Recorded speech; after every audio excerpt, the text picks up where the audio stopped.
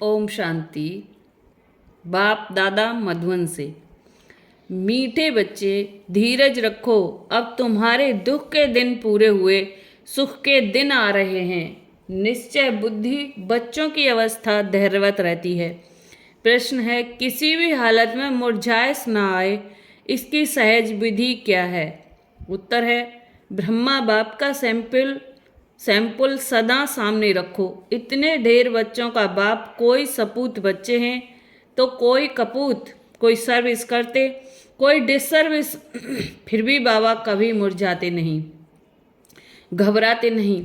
फिर तुम बच्चे क्यों मुरझा जाते हो? तुम्हें तो किसी भी हालत में मुरझाना नहीं है। गीत है, धीरज धर मनवा, तेरे दिन आएंगे। आपके भी दिन आएंगे, बाबा कह रहे हैं। धीरज रखो, धैर्य बनाए रखो। ओम शांति। ऐसा नहीं है आज उनके आए हैं तो तुम्हारे नहीं आएंगे, उनके आए हैं तो वो अपना, लेकिन हमारे दिन आएंगे और आए थे, पहले भी थे, तब भी हमने अहंकार नहीं दिखाया कभी। हमारे दिन आए, हमारे यहाँ पढ़े बड़े पढ़े ले लोग, लेकिन हमने कभी किसी का अहंकार नहीं दिखाया, वो हमें अहंकार दिखाने लगे। ठीक है ना, हमारे आएंगे, हम अहंकार नहीं दिखाएंगे, क्योंकि वो क्वालिटी हमारी नहीं है, वो हम हैं ही नहीं। हम तो भगवान के बच्चे हैं ना, भगवान के बच्चे थोड़ी ऐसे अहंकार करते हैं। ओम शांति। धीरज धर मनवा, मनुष्य को नहीं कहा जाता, मन बुद्धि आत्मा में है, यह आत्मा को कहा जाता है। आत्मा को सिवाय परमपिता परमात्मा के और कोई कह न सके कि धैर्य धरो, क्योंकि अधीर को ही धैर्य दिया जाता है, अधीर को ही धैर्य दिया जाता है। अगर ईश्वर सर्वव्यापी है तो उसको अधीर कहा नहीं जा सकता। मनुष्य इस समय सब अधीर है, दुखी है, इसलिए धैर्य देने के लिए, सुख देने के लिए बाप आए हैं। कहते हैं, अब धैर्य धरो। बाप के महावाक्य सिर्फ तुम्हारे लिए नहीं है, वास्तव में सारी दुनिया के लिए हैं। सारी दुनिया आहिस्ते आहिस्ते सुनती रहेगी, जो सुनते हैं वह आते रहते हैं। सबका सद्गति दाता, दुख हरता एक बाप ही है। यह है ही दुख की दुनिया। बच्चे समझते हैं अभी हमारे मुक्ति, जीवन मुक्ति के दिन व कलयुग पतित दुनिया से छुटकारा पाने के दिन है। तुम्हारी बुद्धि में यह है, सो भी नंबरवार पुरुषार्थ अनुसार सबको यह धैर्य नहीं है कि अभी हम इस दुख की दुनिया से छुटकारा पाएं, अपने सुख धाम जाएंगे। तुम बच्चों को भी स्थायी निश्चय रहना चाहिए। हमारे सुख के दिन अब आ रहे हैं। अगर सीमत पर चलते रहेंगे तो इसमें आशीर्वाद व कृपा आदि की बात नहीं है। बाप बैठ पढ़ाते हैं, सहज स्वराज्य योग सिखलाते हैं।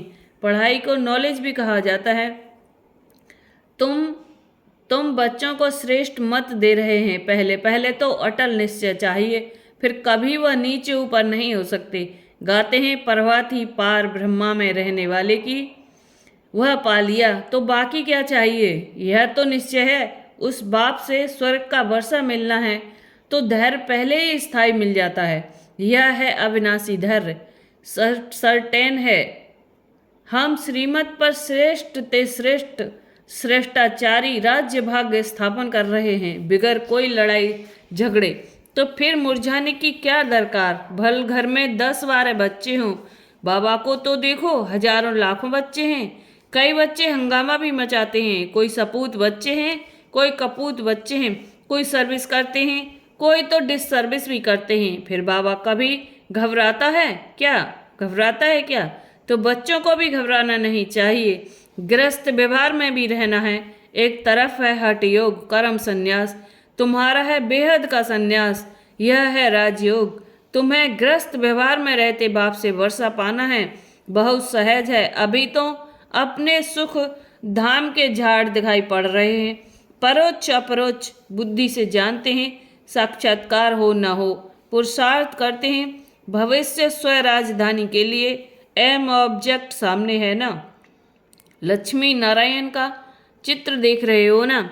ऐसे नहीं कि हमको तो साक्षात्कार हो तो माने, यह तो बुद्धि से समझने की बात है।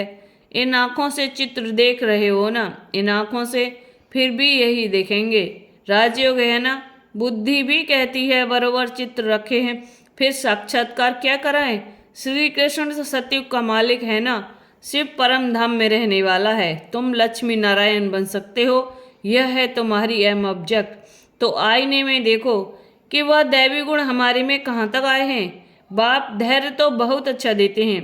अब पढ़ना है, राजाई के लिए ज्ञान चाहिए, वह बाप दे रहे हैं। ICS वालों को सबसे जास्ती नशा रहता है, हम बड़े से बड़ा ऑफिसर बनेंगे, यूं तो धंधे व्यवहार में भी करोड़पति बन जाते हैं। बाबा फिर तुमको यह धंधा सिखलाते हैं सट्टा मट्टा का, तो तुम बाप को कौड़ियाँ देते हो, उनके एवज में 21 जन्मों के लिए बाबा तुमको स्वर्ग का मालिक बनाते हैं। यह सौदागरी भी है तो पढ़ाई भी है।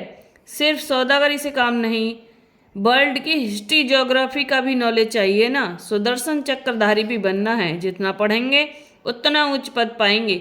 स्वर्ग का मालिक तो प्रजा नौकर चाकर भी होगी। अभी भी सब कहते हैं ना भारत हमारा देश है, परंतु राजा और प्रजा में तो बहुत फर्क है। बाप कहते हैं जितना हो सके ऊंच से ऊंच पद पाओ, माता पिता समान पुरुषार्थ करो। समझा जाता है सब तो गद्दी पर नहीं बैठेंगे, फिर भी रेस करानी पड़ती है।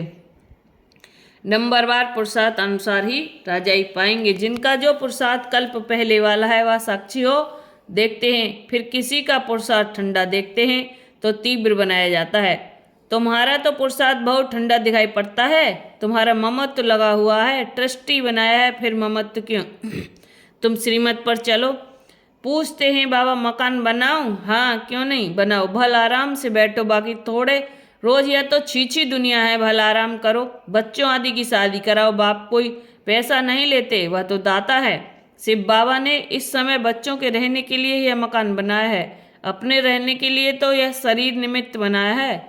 जीव आत्माओं को तो जरूर रहने के लिए मकान चाहिए, तो तुम बच्चों के लिए बना रहे हैं। बाबा भी इस मकान में बैठे हैं ना, यह तुम जानते हो। हमारा वह है आत्माओं का बाप और यह है शरीर का बाप। तुमको एडॉप्ट किया है, तुम हमारे बच्चे हो। मम्मा बाबा कहते हो ना, इसको गोद लेना कहा जाता है, इसको कहा जाता है गोद लेना। प्रजापिता ब्रह्मा को इतने बच्चे हैं तो जरूर गोद के ही बच्चे होंगे ना। तुम बच्चों को एडॉप्ट करते हैं। सरस्वती भी बेटी है ना। यह है बड़ी गुहिया बातें समझने की। गीता भागवत आदि तो तुम भी पढ़े हो या बाबा भी पढ़ा है, परंतु अब तो श्रीमत मिलती है। अब मैं ओम शांति में वरदान। आज की मुरली से वरदान है, सहयोग की शुभ भावना द्वारा रूहानी वायुमंडल बनाने वाले मास्टर दाता भव। सहयोग की शुभ भावना द्वारा रूहानी वायुमंडल बनाने वाले मास्टर दाता भव। जैसे प्रकृति अपने वायुमंडल के प्रभाव का अनुभव कराती है, कभी गर्मी कभी सर्दी, ऐसे आप प्रकृति जीत सदा सहयोगी आत्माएं अपनी शुभ भावना द्वारा रूहानी वायुमंडल बनाने में सहयोगी बनो। वह ऐसा है, वह ऐसा करता है, यह नहीं सोचो कैसा भी वायुमंडल है, व्यक्ति है, मुझे सहयोग देना है। दाता के बच्चे सदा देते हैं, तो चाहे मनसा से सहयोगी बनो चाहे वाचा से, चाहे संबंध संपर्क के द्वारा, लेकिन लक्ष्य हो सहयोगी जरूर बनना है। आज बाबा ने स्लोगन दिया है, इसका स्लोगन है, इच्छा मात्रम अविद्या की स्थिति द्वारा सर्व की इच्छाओं को पूर्ण करना ही कामधेनु बनना है। इच्छा मात्रम अविद्या की स्थिति द्वारा सर्व की इच्छाओं को पूर्ण करना ही कामधेनु बनना है। ओम शांति। श्रीमत में कभी भी शंका उठाकर अपनी मनमत नहीं चलानी है, हर बात में राय लेते उसमें अपना कल्याण समझकर चलना है।